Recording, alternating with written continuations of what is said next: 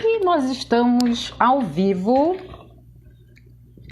no INEAC ao vivo. Um Covid, a reflexão. Boa noite. Hanging on, we're telling more followers. Okay, tell them, spread the word. Rodson Juarez, obrigada, boa noite. Você é a primeira pessoa a se juntar a essa live. Igor já está aí, nosso colega Igor Peçanha. Meu pai, gente, aproveitar que ele chegou logo cedo, fazer logo essa tietagem. Obrigada, pai. Meu namorado, nossa família comparece, né? Você vê que grande parte dos números dessa live impressionantes de espectadores tem a ver com relações familiares. Olá, Igor! E aí, tá me vendo? Vinícius Souza também tá aí, nosso colega convidado. Não, meu amigo, não tô te vendo. Tá, vou sair e reconecto. Ok. Sai e reconecta. Enquanto isso, a gente dá um alô pro namorado. Hi, baby, how are you? Meu pai tá aí. Vou tentar de novo. Igor. Vamos lá?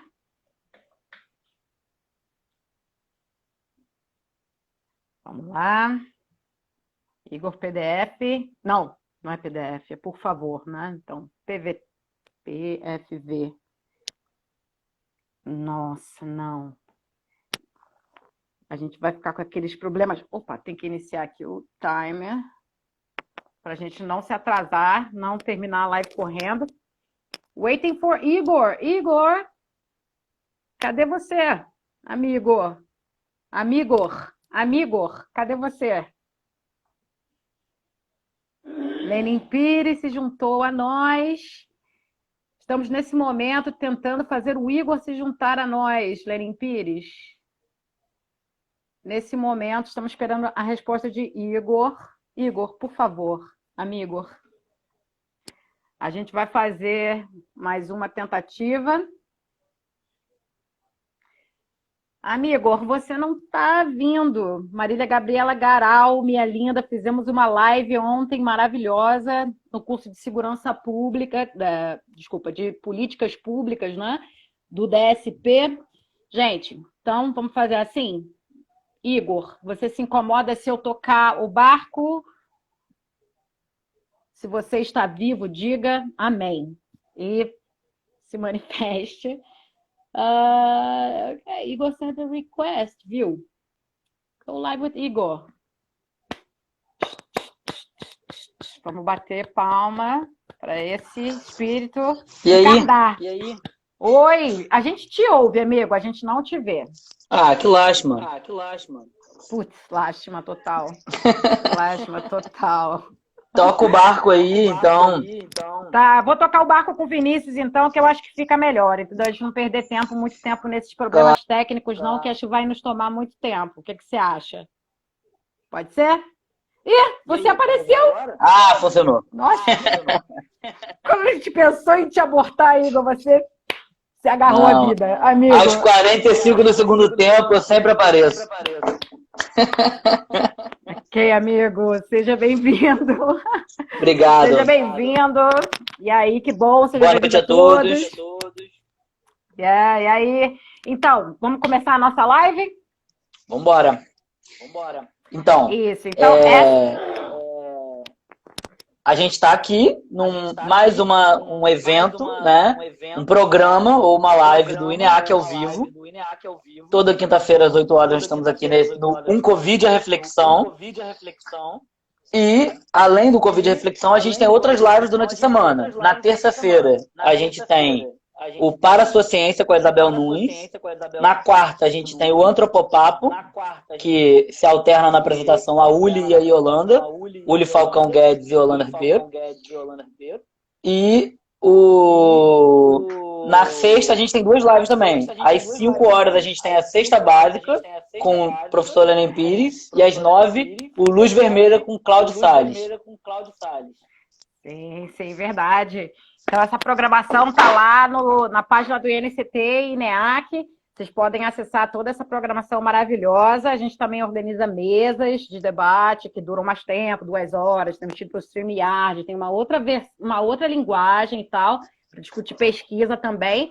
E a nossa live no Convite à Reflexão, a gente, né, divide, eu e o Igor, né, para dar visibilidade ao trabalho dos nossos colegas queridos, né, do LAESP, né, que é o laboratório que eu faço parte, Laboratório de Estudos de Conflito, Cidadania, Segurança Pública, pá, e o Igor, que é... eu nunca vou conseguir lembrar.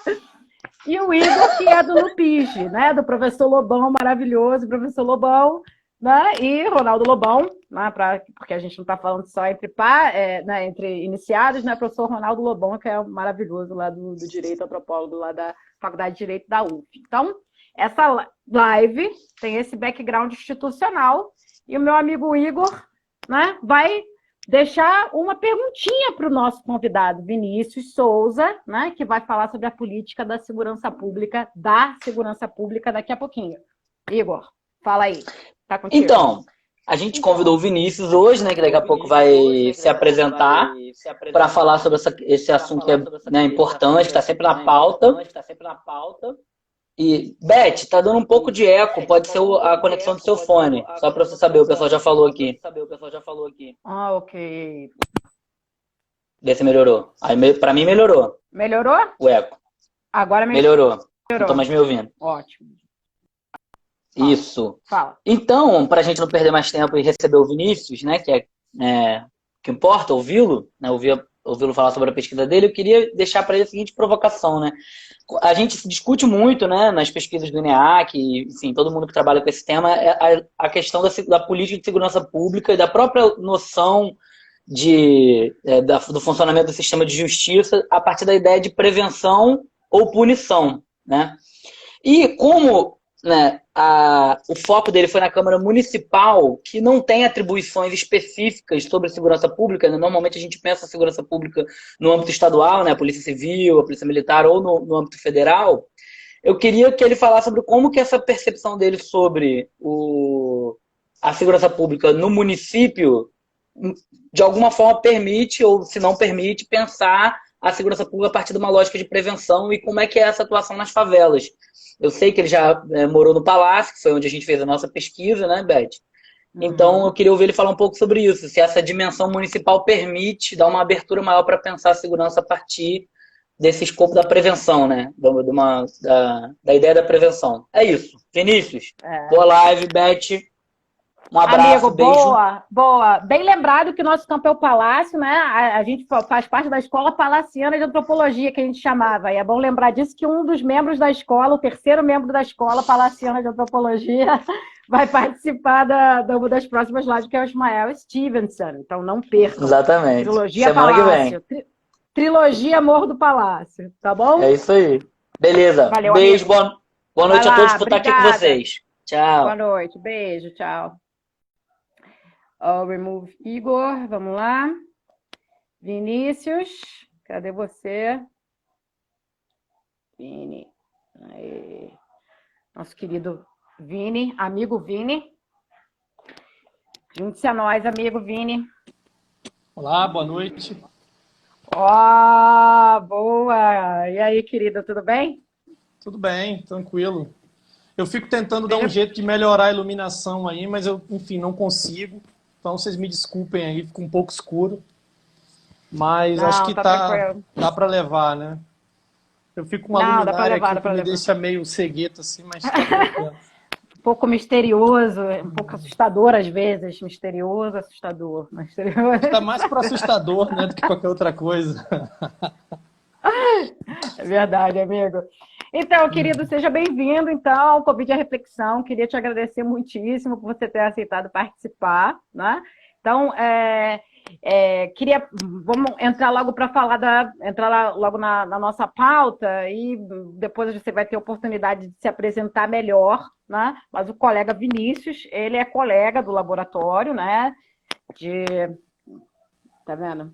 Vamos voltar aqui, que o Lenin já deixou aqui certinho, ó, Laboratório de Estudos sobre Conflito, Cidadania e Segurança Pública. Não são palavras, categorias que são estranhas a nós, mas eu nunca consigo falá-las na ordem em que elas acontecem, entendeu? Então, meu colega de Laesp, né, pesquisador, também aluno do nosso curso de Segurança Pública e Social da Universidade Federal Fluminense, certo? E a pesquisa do Vinícius, ele está fazendo o TCC dele, fez uma pesquisa de TCC, está fazendo a pesquisa de TCC dele, do trabalho final, e o Vinícius, ele está trabalhando, ele acompanhou a trajetória de 3 vereadores, né, da Câmara Municipal de Niterói, né, 3 vereadores durante o exercício, durante o mandato deles, né, em 2018, nos anos de 2018, 2017, 2018, né, esses 3 vereadores, eles são também policiais. Então, o Vinícius está acompanhando a produção legislativa desses 3 vereadores, que são também policiais. E aí, Vinícius, eu te pergunto, né? Como é que surgiu a ideia de você fazer essa pesquisa, amigo? Como é que você teve essa sacação, que eu acho essa pesquisa assim, incrível, né? Foi por isso que a gente quis trazer aqui no programa. Né? E como é que você teve essa sacação e como é que você entrou nesse campo? Né? Acho que isso puxa um pouco a sua trajetória e aí você já pode ir lá se apresentar. Bom, então, você já disse, eu sou Vinícius Souza, né? Sou estudante lá do Bacharelado de Segurança Pública, integrante do Laesp, se serve de consolo para você. Eu também tenho a maior dificuldade de dizer o que a sigla é exatamente, eu tenho que sempre olhar, porque eu tenho a maior dificuldade. Inclusive o INEAC é o meu maior sofrimento, dizer o que significa. Ai, filho. É muito confuso. Mas, enfim, eu, ali em 2018, eu dei uma intensificada na minha graduação, porque eu tive que dar uma reduzida no ritmo nos anos anteriores, né? Em 2015, eu vim morar no Rio de Janeiro, eu sou baiano, né? Vim morar aqui no Rio de Janeiro em 2013. Eu estudava Ciências Sociais na Universidade Estadual de Santa Cruz, que fica lá em Ilhéus, na Bahia.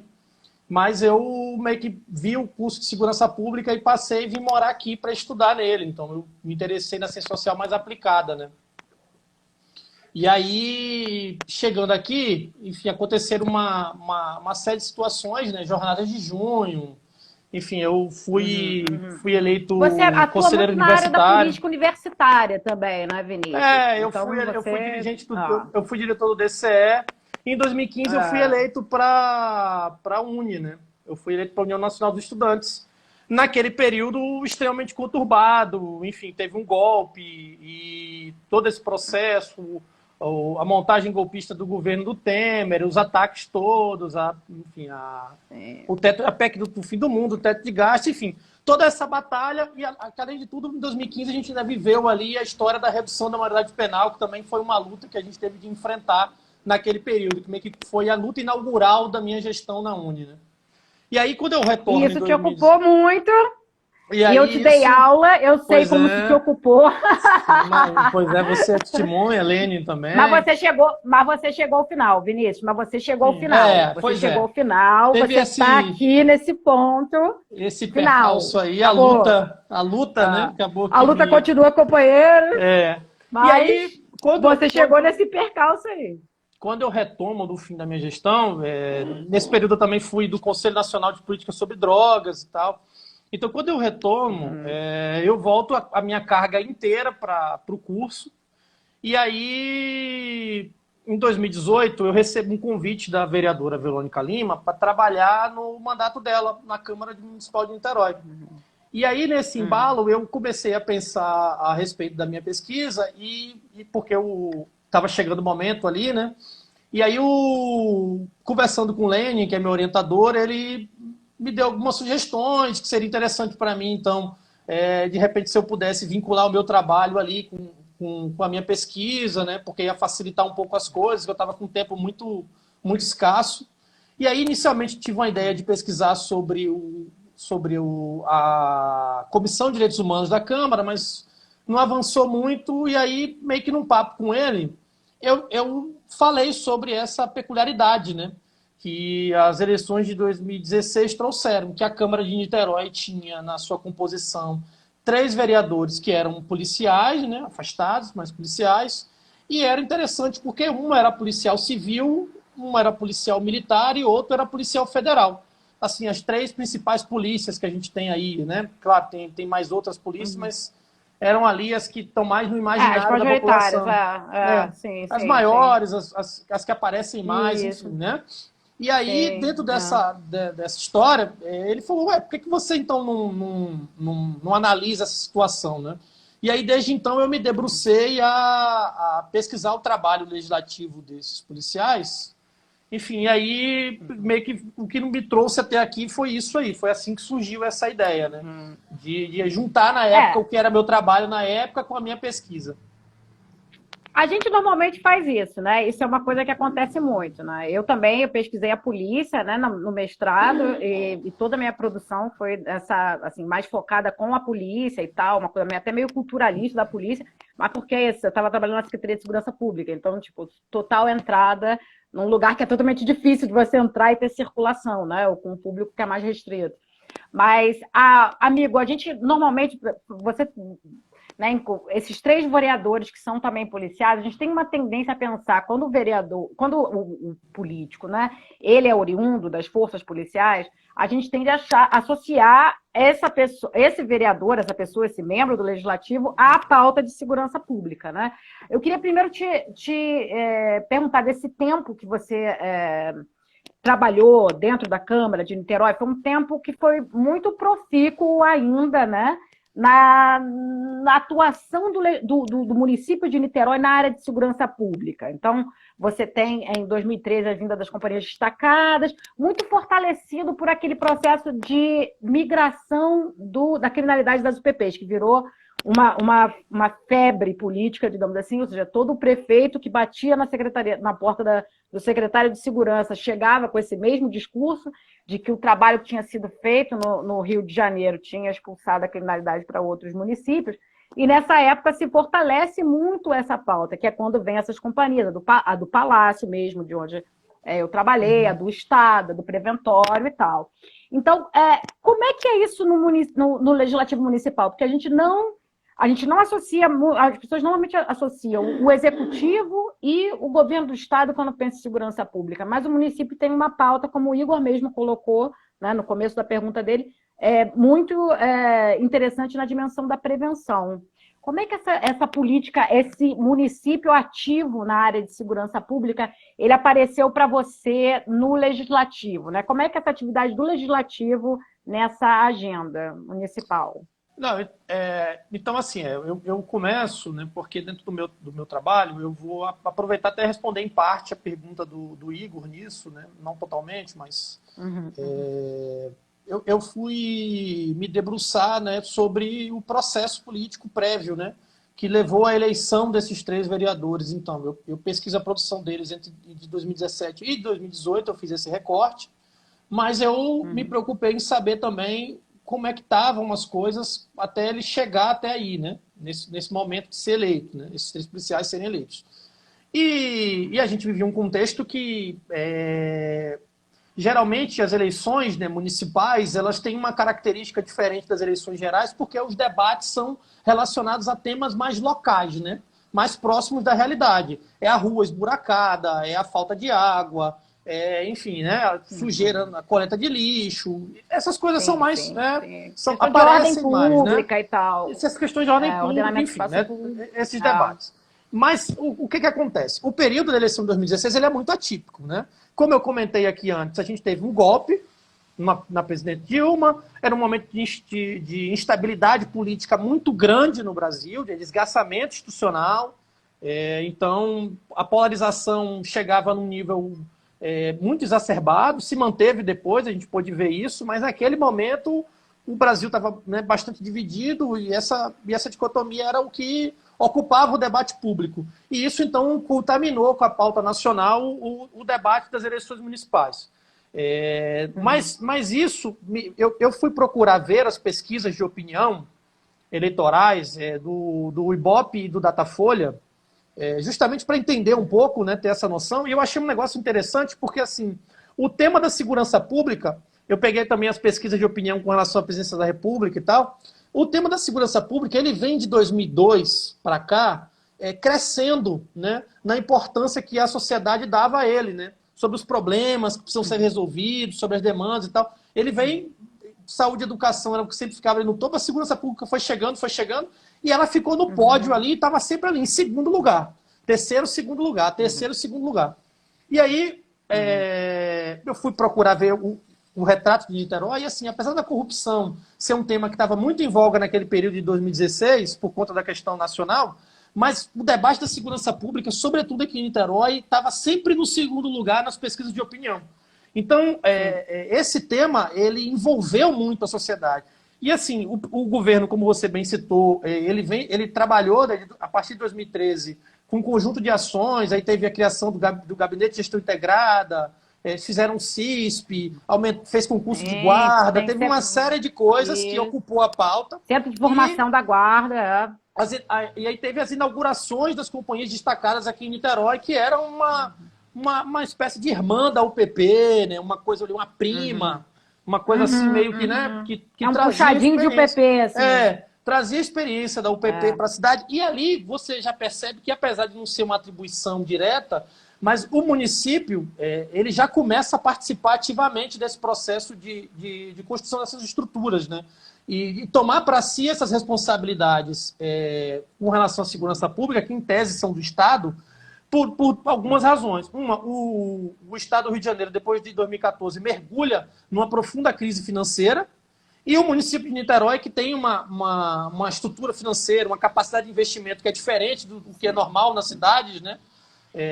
Pôde e passou a investir, porque a gente começou a ter uma demanda muito grande, como as pesquisas comprovam. A população de Niterói queria muito, o sistema de segurança pública era muito discutido, porque a criminalidade, os números pelo menos, ou a percepção, vamos colocar assim, ela aumentou de que a violência tinha aumentado e se alastrado na cidade. Então, nesse contexto, acontecem as eleições de 2016, que apesar de terem sido contaminadas, em certa medida, pelo debate nacional, mas aqui em Niterói essa coisa da segurança pública era muito forte. Então, não só no Poder Executivo, mas isso também ocupou a pauta do Poder Legislativo.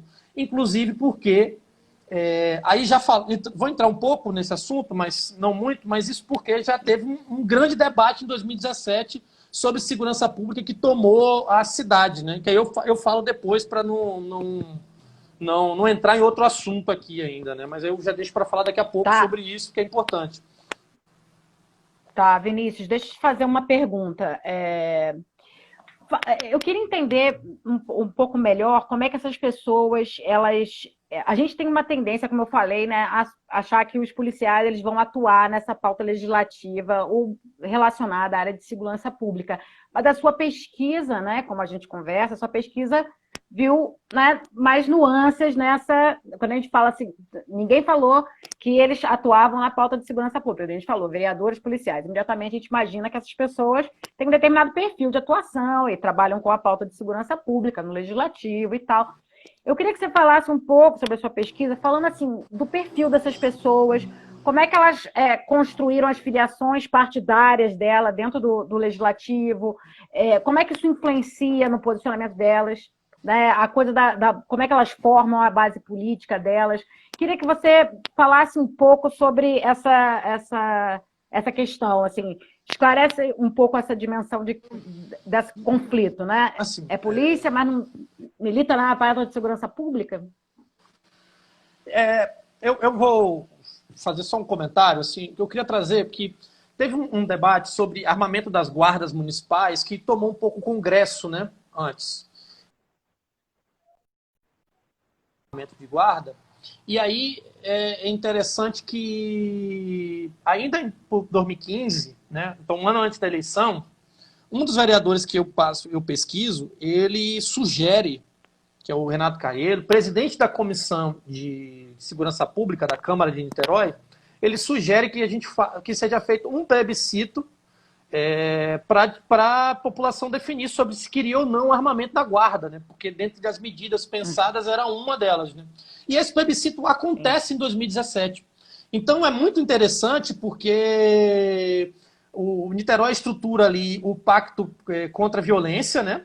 Chega o momento que a prefeitura lança esse pacto contra a violência ali em 2018, mas a Constituição, uma série de dispositivos legislativos vão parar por sugestão do Executivo, e aí ele ocupa os vereadores por conta disso, em torno desse debate. Então a gente tem um grande debate na cidade no ano de 2017, que é esse debate do armamento ou não da guarda. Armamento da guarda. E aí você teria um plebiscito sobre isso. E é interessante porque um desses vereadores anteriormente sugere a ideia de fazer um plebiscito, mas já dizendo que era favorável ao armamento da guarda. Ele era, sou favorável, mas acho que tem que ser democrático, né? Eu até tenho uma opinião aqui que eu acho que tinha muita gente que dava como uma fava contada, né? Que esse plebiscito ia ser vitorioso com uma ampla margem, né? Então, assim, é até meio interessante essa discussão, mas que não é a minha, assim, mas é engraçado, né? Porque foi um resultado que meio que surpreendeu um pouco na hora que abriu a urna, assim. E o não venceu com uma folga até grande, né? E aí é interessante. Você não esperava mas, assim, isso, não, né? mas é interessante que é o seguinte, os 3 vereadores que eu analiso, eles têm... Como eles se posicionaram nessa agenda? Eles têm uma disparidade com relação a isso, assim, né? Um deles é vereador de primeiro mandato. Então, ele se elege primeira vez em 2016. E outros 2, não, eles são reeleitos. Então, eles têm uma trajetória legislativa mais longínqua. Então, portanto, é mais tranquilo de você perceber que 2 deles, então, que são mais antigos, a atuação deles é mais espalhada sobre temas, né? O Bagueira é presidente da casa, um deles, então, que era policial civil de carreira. Ele é presidente da Câmara, já há alguns mandatos de presidente da Câmara. Então, ele tem que tocar ainda a agenda do parlamento como gestor do parlamento, né? Como grande organizador das demandas do legislativo, como presidente de poder na cidade. Então, isso ocupa. Ele tem uma militância no samba, ele tem uma militância também muito localizada no bairro de origem dele, que é o Barreto. Então, se você parar para observar, ele ocupa muito o tempo dele com uma série de debates. O Renato Caiello, idem, né? Ele tem essa condição também de ser um vereador que tem uma base muito sólida num bairro da cidade. No então, bairro. E são os mais antigos, né? Eles são mais antigos. São os mais antigos. Isso, exatamente. Sim. E aí, são base de bairro, né? É base de bairro e tal. E aí também ele tem outras militâncias e tal. Mas como é que você percebe a relação intensa do mandato deles ainda com essa área da segurança pública e mais diretamente as corporações policiais? Se você para analisar as moções e homenagens que esses vereadores fazem nesses anos. Então você percebe que ali, sempre no meio do semestre, próximo ali do recesso legislativo, eles homenageiam uma quantidade grande de policiais, né? Então, se você vai observar que a 76, né, DP, uma boa parte dos agentes ali da 76 são homenageados pelo Bagueira, muitos policiais de companhias destacadas são homenageadas pelo Bagueira também. O Renato Caiello, idem, homenageia muitos colegas, principalmente da Polícia Militar, no caso do Renato Caiello. E aí já a atuação do novato é um pouco diferente, né? O Sandro, ele tem uma trajetória de certo conflito com a Polícia Federal, né? Ele viveu uma situação que marca muito a vida dele, né? Ele relata no blog dele, né? Então é uma coisa pública, que ele foi preso por uma suspeita de irregularidade, e o processo na defesa dele que ele faz é cheio de contradições. Então ele tem uma trajetória dentro da polícia muito marcada por essa relação conflituosa com a instituição. Sim. E ele traz isso para o mandato dele, e também tem uma relação que ele tem uma constituição própria também, que é a parte da polícia, que é essa coisa da prevenção do uso de drogas para as crianças e adolescentes, o incentivo à prática esportiva, que é uma coisa que ele dedicou muito da vida dele a esse trabalho. Então ele vem carregando essas pautas. E aí ele é interessante porque ele se preocupa em discutir o tema da segurança pública também de forma mais profunda, em parceria com outros agentes, né? Tanto que ele convida o próprio professor Lene para uma audiência pública na Câmara para discutir segurança pública. O professor Kant é convidado também. E aí você percebe que ele traz uma coisa que assim, é diferente, porque ele mergulha mais no debate, né? Ele tenta, né, aprofundar um pouco mais de fora da vivência dele como policial. Então isso é interessante também. E aí talvez, né, tenha muita relação com o fato dos 3 vereadores, ele seja o que tem a relação com a corporação a que ele pertence mais conflituosa, Então Mais talvez conflituosa. isso também signifique essa mudança de comportamento dele, tem a relação com essa abordagem diferenciada dele, né? Eu acredito que tenha, né, também, né? Enfim, eu estou ainda tirando essas conclusões, né? Estou trabalhando nessas conclusões. E a gente tem que lembrar que é um TCC, é um trabalho, né, final, que a gente tem que dar, né, o devido peso a ele. E você tem material aí, como a gente fala para você, para uma tese de doutorado, mas isso fica para tese de doutorado. Olha, tem que fica fazer a o dica recorte. aí, né? Difícil é recortar esse tanto de informação que você já tem, imagina, para um tamanho de TCC. Eu imagino que deve ser super difícil para você.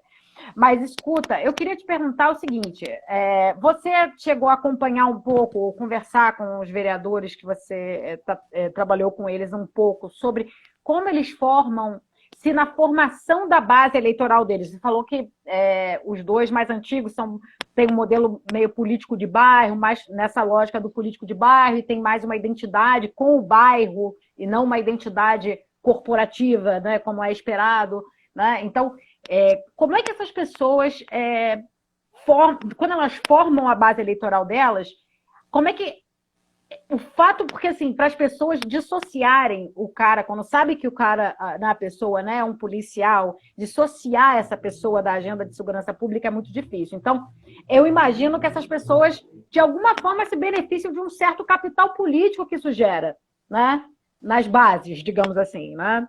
E você acha que essa agenda que eles trabalham, como é que a coisa da segurança pública aparece na hora que eles formam, na hora que eles estão para se eleger? Na campanha, digamos assim. Bom, eles se vendem como políticos da segurança? Esse tema é recorrente, né?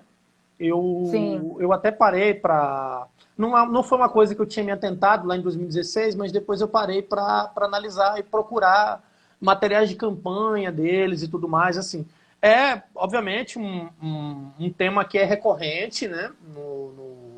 Não só na campanha, mas durante a atuação deles. Então, é um tema que, como eu te disse, não necessariamente às vezes como um projeto de lei necessariamente, mas é um tema em que eles estão o tempo inteiro em contato com as instituições policiais, e até perceptível que eles têm, né, por essa condição de terem sido policiais, o Renato principalmente também, porque preside a Comissão de Segurança Pública, se entendem uma legitimidade também para debater o tema com tranquilidade, né, por pertencer a instituições que são identificadas com a questão da segurança pública, finalísticas, né?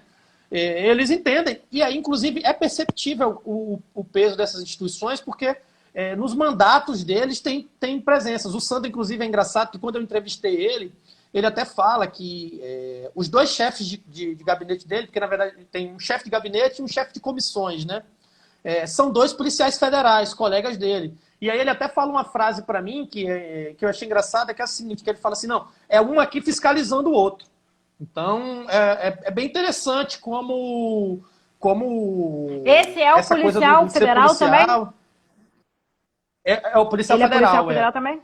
Mas e aí tem dois colegas policiais assim, federais. Uhum. Exatamente, atuando também no gabinete dele. Então, você vê que essas instituições e os colegas, enfim, a dimensão do trabalho deles, com certeza, compõe a base política, né? Mas, como eu te disse, eu falei antes, os vereadores mais antigos, né, e o próprio Sandro também, nesse ponto, a construção deles é muito baseada também em outra atuação em outras áreas. O Bagueira é um militante do samba também, ele tem uma relação muito intensa com o samba, com a Viradouro, ele é uma figura muito importante lá na escola. Ele tem uma trajetória também, que é de onde ele saiu, que é o bairro dele, que é o Barreto. Então ele tem uma atuação muito sólida ali naquela área. Assim como o Renato também tem uma atuação muito sólida ali na Engenhoca. Então eles não são... como esse fenômeno que foi visto depois do bolsonarismo, que era o parlamentar que se elege exclusivamente como representante da polícia, o representante da segurança pública, não. Esse tema tem uma dimensão importante e significativa na plataforma política dos três, mas não a define exclusivamente. Mas que, eu não sei se eu fui claro nesse ponto assim, mas sim, eu quero dizer que ela é relevante, mas não é a dimensão única, como a gente viu casos depois. Eles não se identificam, eles não constroem uma identidade associada a isso e nem a forma, a produção legislativa deles também não aponta para isso. Eu queria dizer que é o seguinte, ao contrário do que se pensa, não é uma coisa exclusiva, não é a dimensão única, né? Então eles têm uma atuação que é mais ampla a respeito de diversos outros temas que também ganham relevância, né? Então, eu acho que é isso, assim, meio que eles não deixam de dizer e trazer consigo essa coisa do ser policial. Isso tem uma importância muito grande, mas eles não são monotemáticos. Eu acho que é isso que eu queria dizer. Eles são parlamentares que têm uma atuação ampla nesses debates aí, e outros debates também que não são exclusivos da segurança pública, e isso é perceptível na produção deles, que você observa que quando você vai se debruçar, e aí aqui eu queria aproveitar rapidinho, Beth, só para explicar para as pessoas que estão assistindo. Claro. Quando eu falo de produção, produção parlamentar, eu fiz uma análise a respeito de tudo que, enquanto parlamentares, eles realizaram. Então, tem projetos de lei, projetos de resolução, moções e homenagens, requerimentos, todo esse trabalho, fora o que eles debateram a respeito de outros colegas, mas isso acaba também aparecendo como projeto de lei, como coautoria e tudo mais, né? Então, você percebe que tem uma relevância. Eles realizam atividades públicas relacionadas, todos eles, sem exceção, realizaram atividades públicas sobre esse tema, mas o mandato deles tem outras dimensões. O do Sandro, por exemplo, é um mandato muito dedicado ao debate de prevenção às drogas, por exemplo, mas não no âmbito da polícia, no sentido de ir lá prender o traficante e né, de limpeza das ruas e tal. Não, mas no sentido preventivo, de informação sobre as drogas, de convencimento, de debate, de palestra e tal. Não sei se você me entende, mas é num aspecto mais educativo da prevenção às drogas, do tratamento dos usuários, do que propriamente na repressão, da lógica da repressão. Deixa eu te fazer uma pergunta, agora fiquei em dúvida. Você acha que a atuação deles seria diferente se eles estivessem na LERJ? Porque as polícias, por exemplo, no caso do policial civil e do policial militar, porque as polícias são forças estaduais, né? Então, se eles estando na LERJ, né, eles não só, eles ficam talvez mais suscetíveis a uma certa pressão de pares, né? Que vão pressioná-lo para voltar coisas trabalhistas,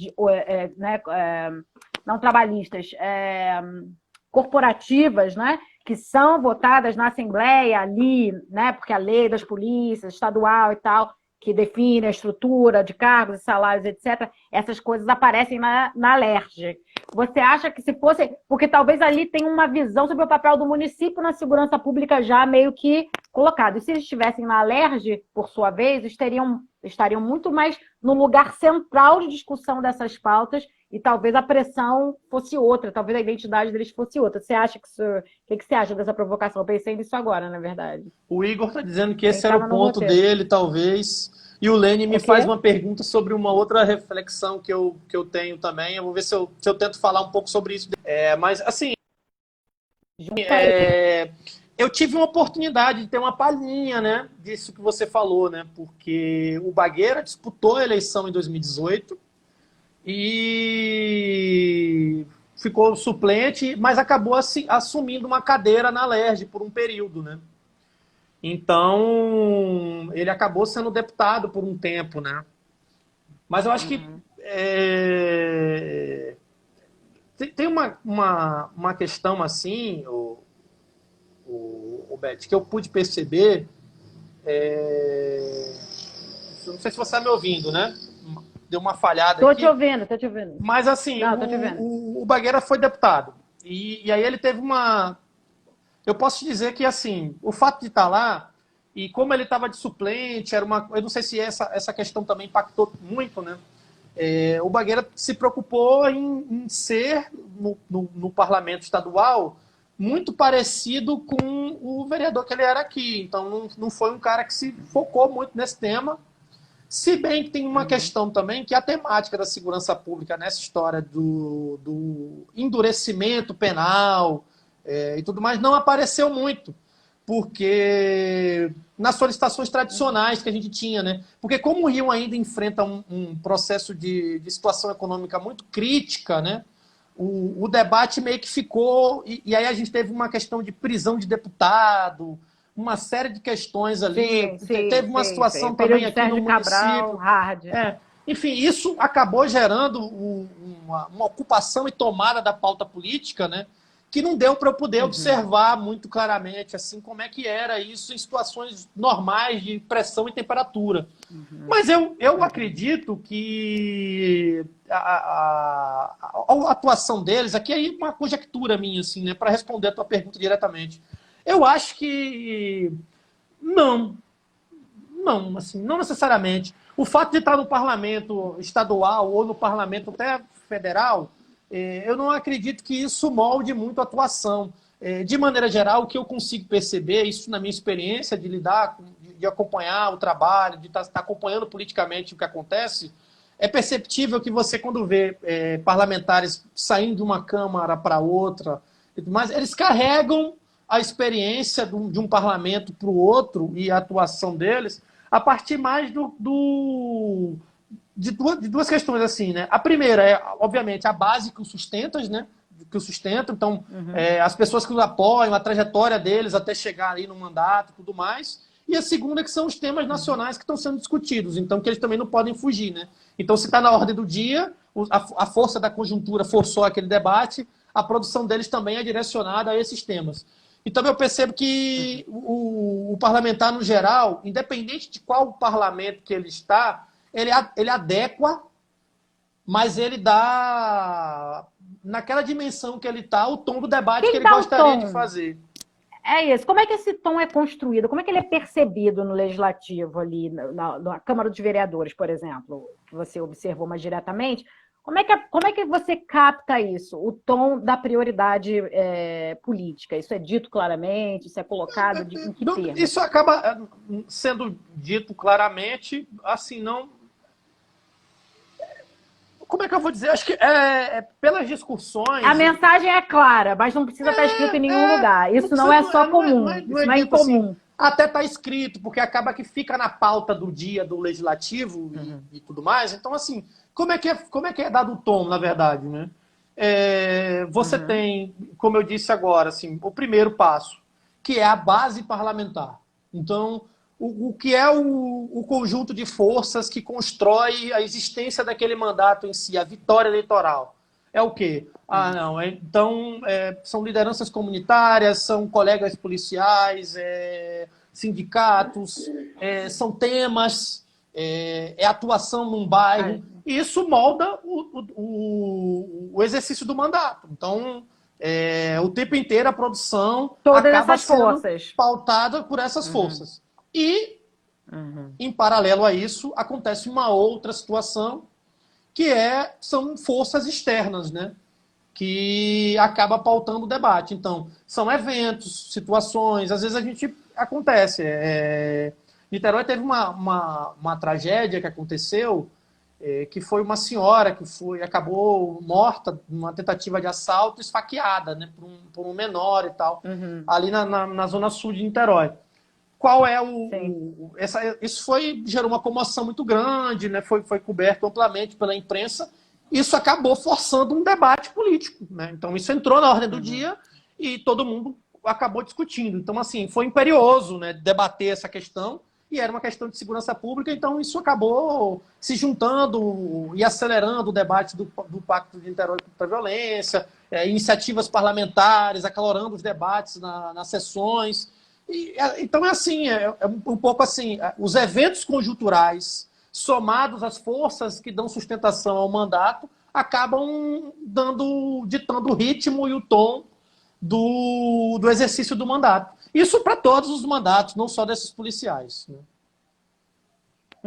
Vinícius, você falou no começo essa coisa e pontuou em vários momentos novamente no que você estava falando sobre a relevância política da pauta de segurança pública e como ela, em determinados momentos, ela vira um imperativo, né? Principalmente nesses momentos em que acontece um evento assim, de grande comoção, tem alguma coisa que pauta muito radicalmente a agenda política, né? Então, isso pauta a Câmara de um jeito muito mais complexo, como você mesmo mostra no seu trabalho, do que simplesmente policiais na Câmara, não necessariamente a pauta da segurança pública ou qualquer coisa parecida com algo necessariamente como uma pauta conservadora, invade a Câmara e dita o debate, né? A segurança pública tem civis, né, digamos assim, não policiais, que também se posicionam em relação ou se posicionam muito mais, muitas vezes, em relação à pauta de segurança pública e constrói um eleitorado muito mais fortemente com base na pauta de segurança pública, e você tem determinados tipos de valores que influenciam, quer dizer, determinada adesão a valores que influenciam a forma como as pessoas votam em pautas críticas, que acabam impactando a segurança pública. Como é que você vê, na Câmara de Niterói, né, você vê essa atuação de outros vereadores da Câmara de Niterói nessa área de segurança pública? E como é que isso influencia a forma como eles votam outras agendas? Foi isso que eu quis dizer. Bom, é perceptível, né? O que fica claro, assim, evidente, é que tanto para posições mais conservadoras quanto para posições mais progressistas, e é engraçado que, na minha observação desses 3 vereadores em específico, eu pude perceber a atuação de outros. Claro que eu não me aprofundei nelas, mas eu vi, né? Ficou claro para mim, né? Uhum. Tanto para mais à direita quanto mais à esquerda, você tinha parlamentares ali que estavam o tempo inteiro discutindo sobre esses temas, né? Então, mortalidade da juventude negra, violência doméstica, que mais? Enfim, aí mais apoio aos policiais militares, bandido bom é bandido morto, e como isso precisávamos endurecer a política de segurança em Niterói e tal. Você conseguia perceber essas movimentações por parlamentares que não são policiais. Não são policiais. Exatamente. Não são policiais. Inclusive com uma ênfase sobre esse tema até maior do que os que eram policiais. Assim. Eu posso, numa próxima oportunidade, talvez, né? Talvez seja uma coisa interessante, até contrastar, né, num próximo momento. Então, os outros 18 vereadores com esses 3 que eu trabalhei, né? Eles não são necessariamente o objeto, isso não é o objeto da minha análise nesse momento. Eu não faço contraste não farei contraste entre a atuação deles e os outros, né? Enfim, senão a minha monografia vai virar um negócio que eu não vou conseguir dar um... Gigantesco, vamos lá. Mas eles estão no contexto dos Mas outros, né? É nítido que essa vereadores estão ali. É muito atiçada por outros, vou dizer assim, por outros parlamentares, inclusive, né?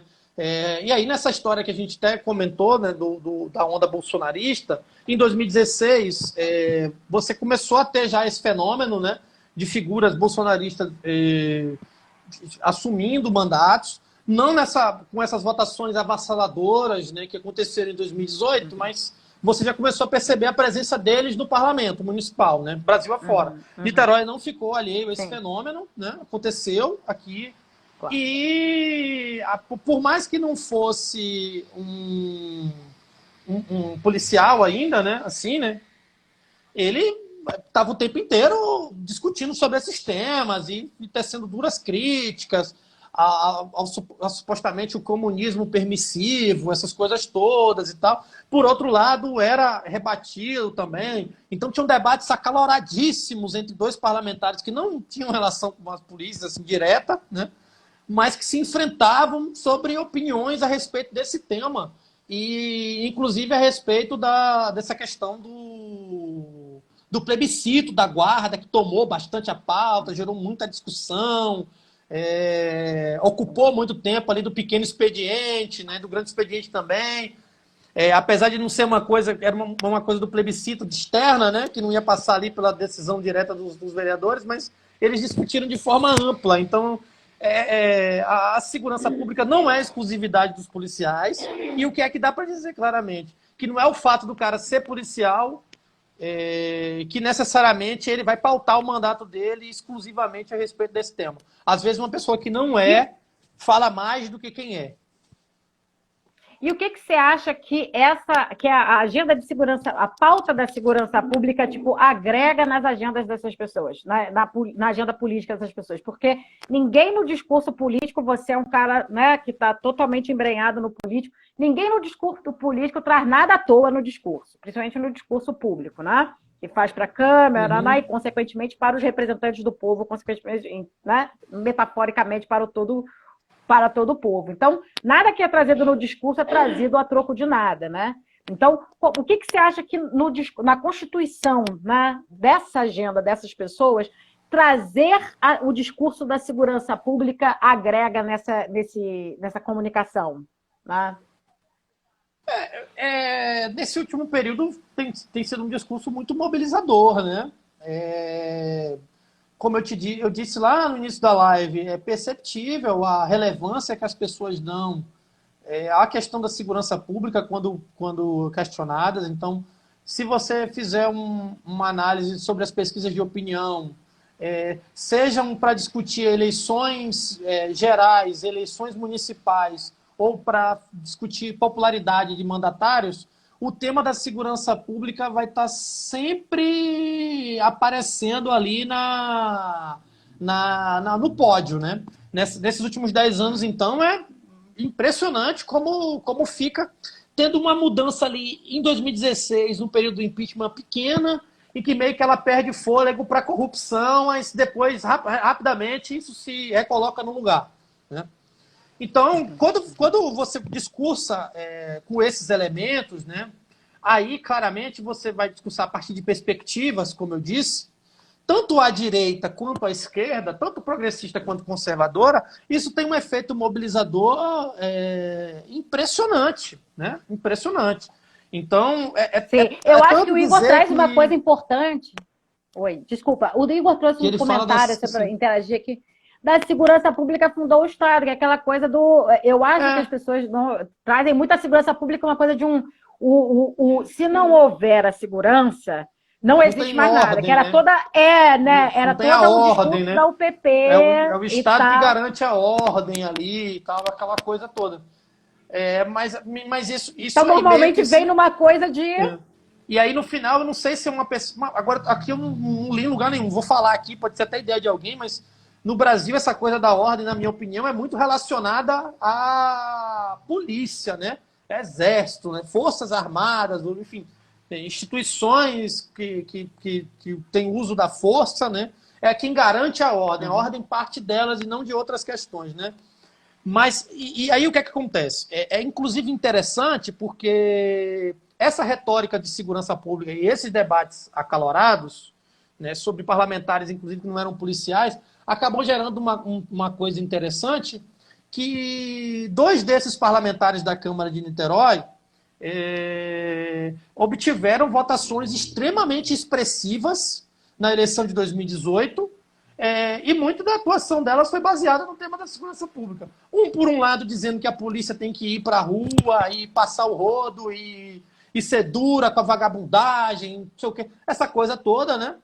E, por outro lado, uma outra figura num discurso contrário a esse, dizendo que, pelo contrário, a polícia é muito violenta, que mata, que é racista. Enfim, uma percepção que é muito mais próxima da nossa, inclusive, né? E obtiveram um resultado eleitoral significativo, expressivo, o que configura que o interesse da população sobre esses temas é muito específico. E o mais legal, apesar de ser uma coisa que está muito mais voltada à questão do executivo, né? De execução das políticas públicas, até porque é finalística ali, né?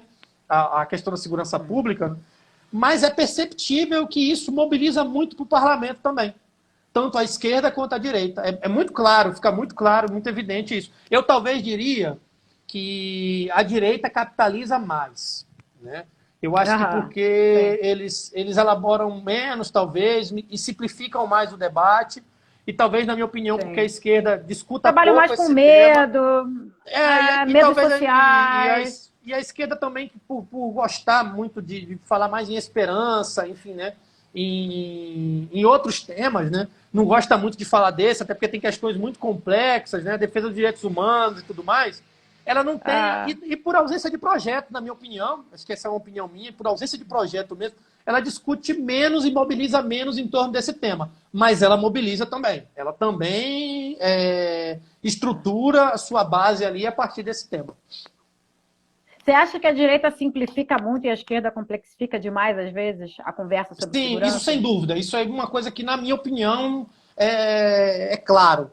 Eles vão lá e falam, ó, bandido, vagabundo, tem que morrer, a gente tem que armar mais a polícia, aumentar as penas, e não tem esse negócio. Enquanto isso, a gente quer discutir que a polícia não é prevenção bem assim, social, situacional, cidades seguras.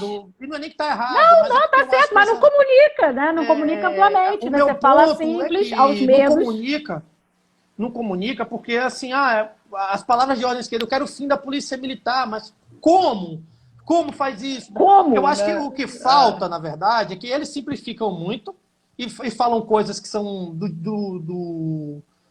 do dia a dia, né? E são factíveis, né? Tem que sair e passar o rodo nos vagabundos. No dia seguinte, a polícia está fazendo a operação e fazendo isso. E aí a gente atribui que quem morreu é vagabundo e acabou. No dia anterior também. No dia anterior, na semana anterior também, no então futuro. Eles propõem continuar fazendo o que já é factível. A gente fica num campo muito das ideias, porque, em certa medida também, nós não temos um programa muito concreto de propostas. Eu acho que a gente precisa se debruçar mais sobre, né? Aquela coisa do Lênin até, assim, né? Não o Lênin, nosso querido Lênin Pires, mas aí já o Lênin mesmo do o que fazer, né? Lênin mesmo.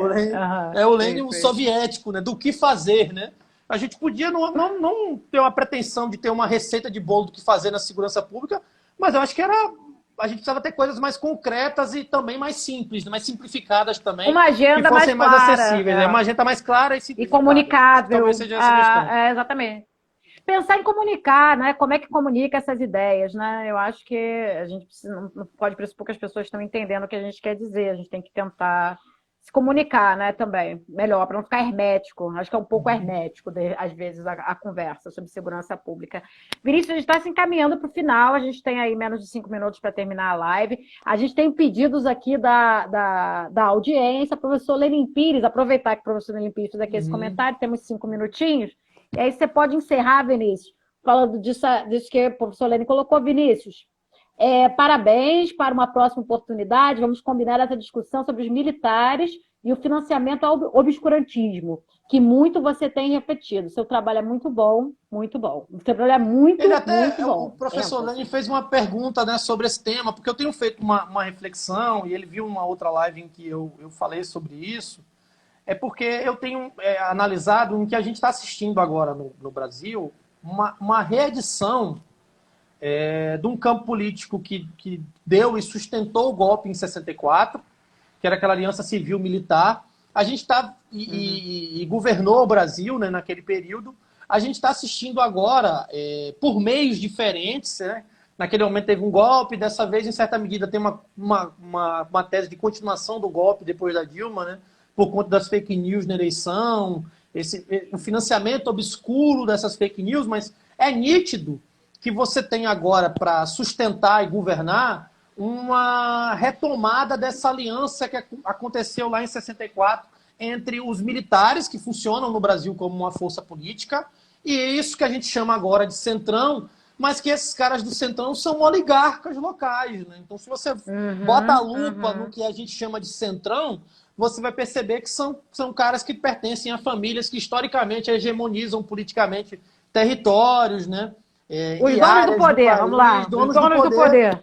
Dono do poder. Então, a gente a pergunta que ele me faz nesse sentido é que eu tenho feito essa reflexão de que a gente está assistindo uma reedição dessa aliança e que talvez aí eu tenha começado a perceber uma retomada da agenda, né?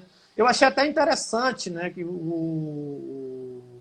uma coisa ontem, porque ontem a gente assistiu a recriação do Ministério das Comunicações, né, das Telecomunicações e tal, telecomunicações, na verdade, e que foi entregue ao genro do Silvio Santos, mas o genro do Silvio Santos é filho de uma oligarquia muito importante, Fábio preponderante, Faria, né? Fábio Faria, que é lá Uhum.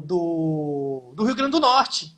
E é engraçado que na ditadura, um líder, um representante de uma oligarquia na Bahia, que foi o ACM, ocupou esse Ministério das Telecomunicações e, com isso, saiu operando, né, ali a distribuição das TVs e das telecomunicações Vinícius, entre os seus deixa eu falar uma aliados. coisa. Enfim, A gente vai cair, mas eu vou voltar para me despedir de você direito e você continuar falando.